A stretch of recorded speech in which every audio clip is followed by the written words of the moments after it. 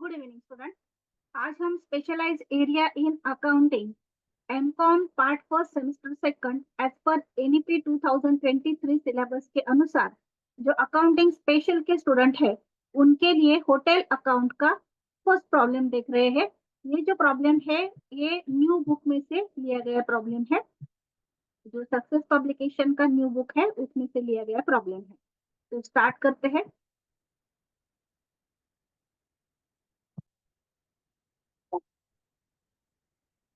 तो हम आज फर्स्ट प्रॉब्लम ले रहे हैं होटल अकाउंट का। जो न्यू बुक में का प्रॉब्लम है वो प्रॉब्लम हम ले रहे हैं।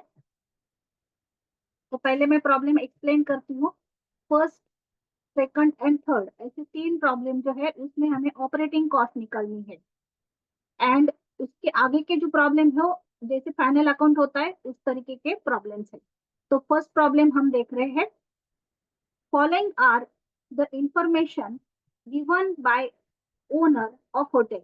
You are requested to advise him that what rent should he charge from his customer per day so that he able to earn 25% on cost other than interest. हमें उन्हें कितना रेंट चार्ज करना चाहिए customer से ये निकालना है। अगर उन्हें 25% मार्जिन चाहिए कॉस्ट के ऊपर तो अदर देन इंटरेस्ट। तो फर्स्ट इंफॉर्मेशन है स्टाफ की जो सैलरी पर एनम की वो है 80,000। सेकंड पॉइंट बताया गया है रूम अटेंडेंट की सैलरी है ₹2 per day. The salary is paid on daily basis and service of room attendant are needed only when room is occupied. मतलब जब रूम खाली होती है तब सर्विस नहीं प्रोवाइड की जाती, तो ऑक्यूपाइड करने के बाद ही सर्विस प्रोवाइड की जाती है। There is one room attendant for one room. एक रूम के लिए एक रूम अटेंडेंट है, तो उसकी सैलरी है ₹2 per day. Then lighting heating and power के एक्सपेंसेस बताए गए हैं। लाइटिंग एक्सपेंसेस जो है रूम के लिए if it is occupied for whole month, एक मंथ के लिए ₹50। Power use only in winter and normal charges per month if occupied for room is 20। तो पावर जो है विंटर में यूज की जाती है और इसके जो पर मंथ के नॉर्मल चार्जेस है वो है ₹20। देन रिपेयर्स है बिल्डिंग का 10,000 पर एनम का। देन लिनेन है 4,800 पर एनम। सन्ड्रीज है 6,600 per annum. Interior decoration and furnishing जो है उसका एनुअली चार्जेस है 10,000। कॉस्ट ऑफ बिल्डिंग है 4 लाख और उसके ऊपर डिप्रिसिएशन का रेट है 5%। अदर इक्विपमेंट है 1 लाख के और उसके ऊपर डिप्रिसिएशन का रेट है 10%। Interest है at 5% may be charged on its investment of ₹5 lakh in building and equipment. There are 100 rooms. Hotel में 100 rooms है in hotel and 80% of the rooms are normally occupied in summer and 30% of the rooms are busy in winter. You may assume that period of summer and winter is 6 months each. तो हमें ऐसा assumption करना है कि 6 month का summer period है और 6 month का winter period. Normal days in a month may be assume to be 30 और जो डेज है वो कितने एज्यूम करने हैं 30 डेज एज्यूम करने हैं। तो अभी हमें क्या करना है 6 मंथ का समर पीरियड है 6 मंथ का विंटर पीरियड है ऐसा एज्यूम करना है। और हमें ऑपरेटिंग कॉस्ट निकालनी है, मतलब ऑपरेटिंग कॉस्ट शीट हम निकाल रहे हैं। रेंट पर डे का हमें निकालना है। तो वन बाय वन यहाँ पर जो इंफॉर्मेशन दी गई है उसी से हम स्टार्ट करेंगे। तो पहले क्या दिया गया है स्टाफ सैलरी, वो 80,000 पर एनम की है, मतलब ईयर की 80,000 है। तो यहाँ पर हम पहले लेंगे, ऊपर लिखेंगे operating cost sheet rent per day in bracket. Particular का एक कॉलम है, यहाँ पर एक हम पर एनम का कॉलम करेंगे, यहाँ पर एक रुपीज का कॉलम करेंगे। तो पहले जो स्टाफ सैलरी है वो लेंगे हम। स्टाफ सैलरी जो है वो डायरेक्टली 80,000 एक साल की दी गई है पर एनम की, वो हमने लिख ली। अभी हमें जो रूम अटेंडेंट है उसकी सैलरी निकालनी है। तो अभी रूम अटेंडेंट की जो सैलरी निकालनी है वो हमें किस तरह से निकालनी है, तो यहाँ पर हमने एजम्पशन करना है कि 6 मंथ का क्या है, समर पीरियड है, 6 मंथ का विंटर पीरियड। तो जो समर पीरियड है उसमें कितने परसेंट बताया गया है ऑक्यूपेशन है यहाँ पर। जो समर पीरियड से 100 रूम्स है तो 100 रूम जो है 80% रूम नॉर्मली ऑक्यूपाइड होती है समर में, और विंटर में कितनी परसेंट होती है, 30% होती है। और एक महीने में कितने डेज है, 30 डेज है। तो इस तरह से हमें उसका कैलकुलेशन करना पड़ेगा, क्योंकि ये पर डे का दिया गया है रूम अटेंडेंस सैलरी। तो पहले हम समर की निकालते हैं। 2 रुपीज पर डे है, ₹2 पर डे, इंटू 100 रूम्स है तो इंटू 100 किया। समर का पीरियड में 80% की ऑक्यूपेशन है, तो 80% के लिए आप डायरेक्टली 80% ले सकते हैं, या फिर 80/100 ले सकते हैं, इंटू मंथ में कितने डेज होते हैं, 30, और कितने महीने का काउंटिंग करना है हमें, 6 मंथ का, तो यहाँ पर इंटू 6 किया। तो इसके सभी कैलकुलेशन करने के बाद अमाउंट आई है 28,800। अभी विंटर का कैलकुलेशन करते हैं। ₹2 per day into 100 rooms into winter में 30% ऑक्यूपेशन है तो 30% लीजिए, या फिर 30/100 इंटू मंथ की रूम्स होते हैं, सॉरी मंथ के डेज होते हैं 30, और 6 मंथ का विंटर पीरियड काउंट करना है तो 6 × 6। तो आफ्टर कैलकुलेशन इसका आंसर आया 10,800। अभी इन दोनों की टोटल हमने आउटर में लिख दी 39,600। नेक्स्ट है लाइटिंग पावर।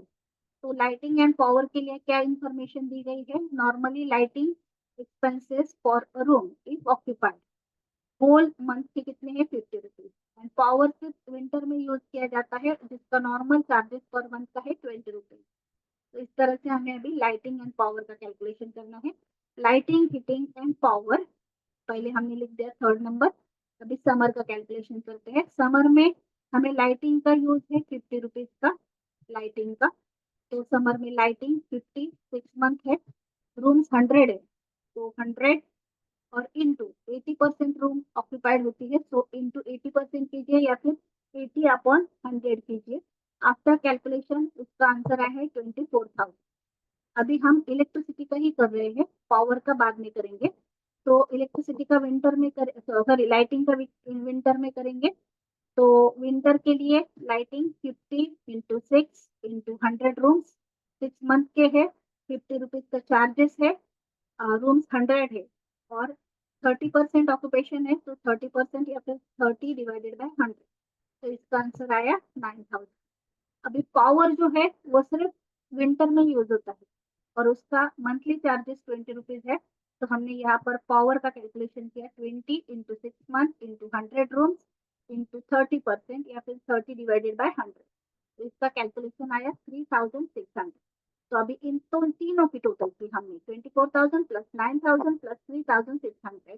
तो ये आफ्टर कैलकुलेशन आउटर में आया 36,600।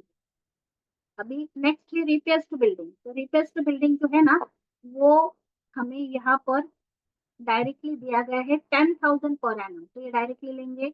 लिनिन डायरेक्टली पर एनम का है, सनराइज भी पर एनम के है, तो ये हम डायरेक्टली पर एनम के लेंगे यहाँ पर।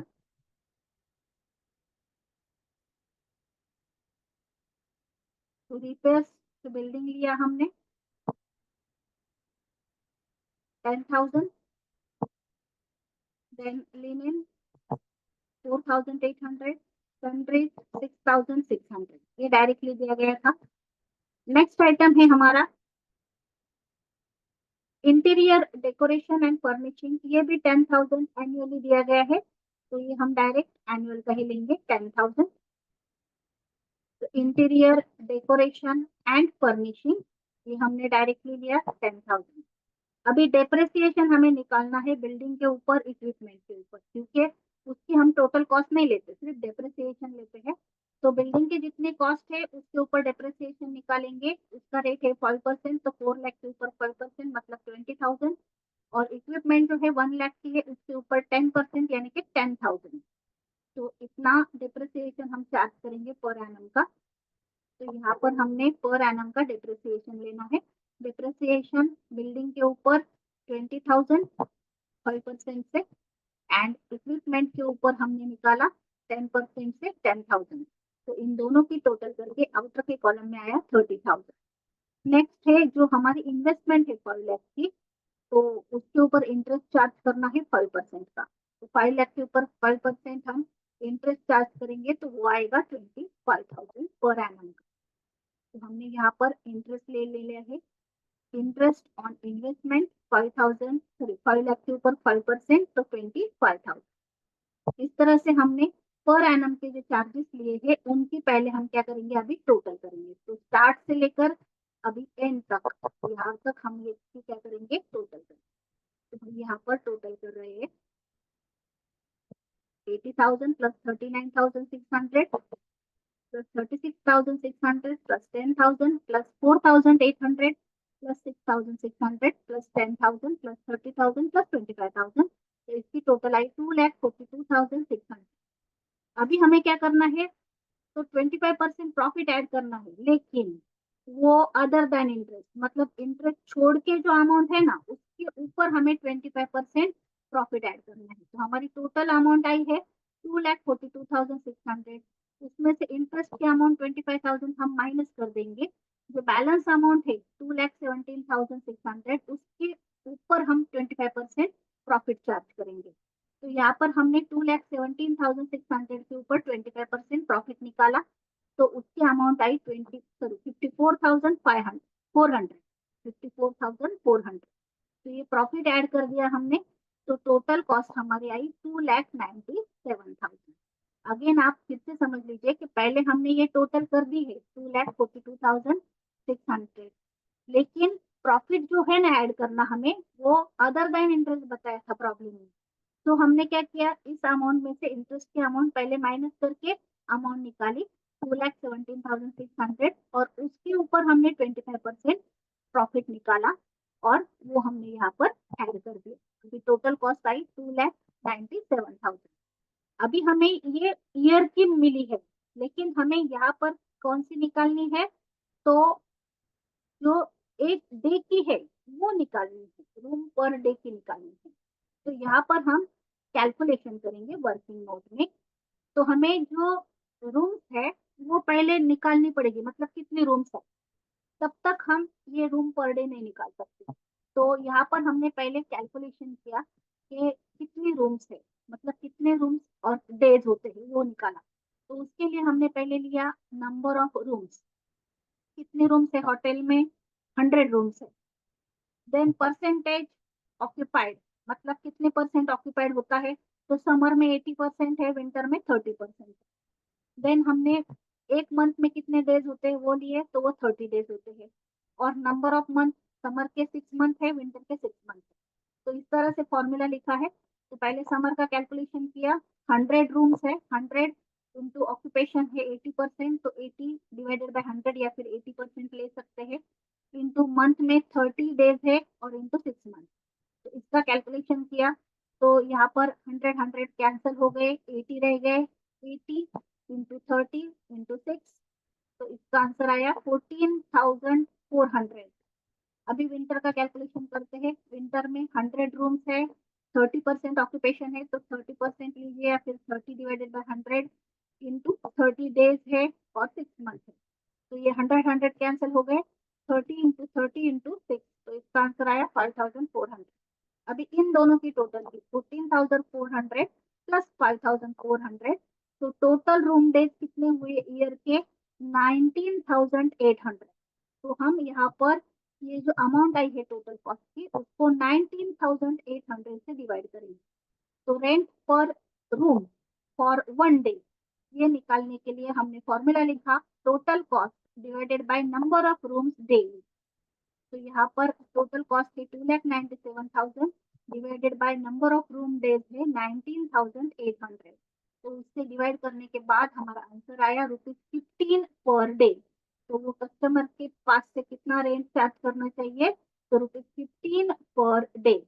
इस तरह से हमारा ये जो होटल अकाउंट का फर्स्ट प्रॉब्लम है ये कंप्लीट हुआ है। यहाँ पर हमने ऑपरेटिंग कॉस्ट निकाला था, तो ये प्रॉब्लम है, और ये उसका सोल्यूशन।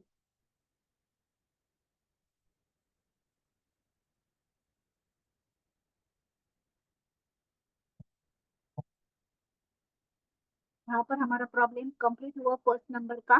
Thank you. इसकी प्लेलिस्ट मैं होटल अकाउंट इस तरह से कर देती हूँ, या फिर स्पेशलाइज एरिया इन अकाउंटिंग में मैं तीनों टॉपिक की प्लेलिस्ट दे देती हूँ। आपको जैसा इजी लगेगा आप उस तरह से कौन सी भी प्लेलिस्ट में से देख सकते हैं। मैं दो सेपरेट प्लेलिस्ट बना रही हूँ, एक स्पेशलाइज एरिया इन अकाउंटिंग की बना रही हूँ जिसमें तीनों टॉपिक आ जाएंगे, और दूसरी मैं एक प्लेलिस्ट बना रही हूँ जो टॉपिक वाइज होगी, तो आप जिस टॉपिक वाइज भी देख सकते हैं या फिर कंबाइंड प्लेलिस्ट में से भी वीडियो देख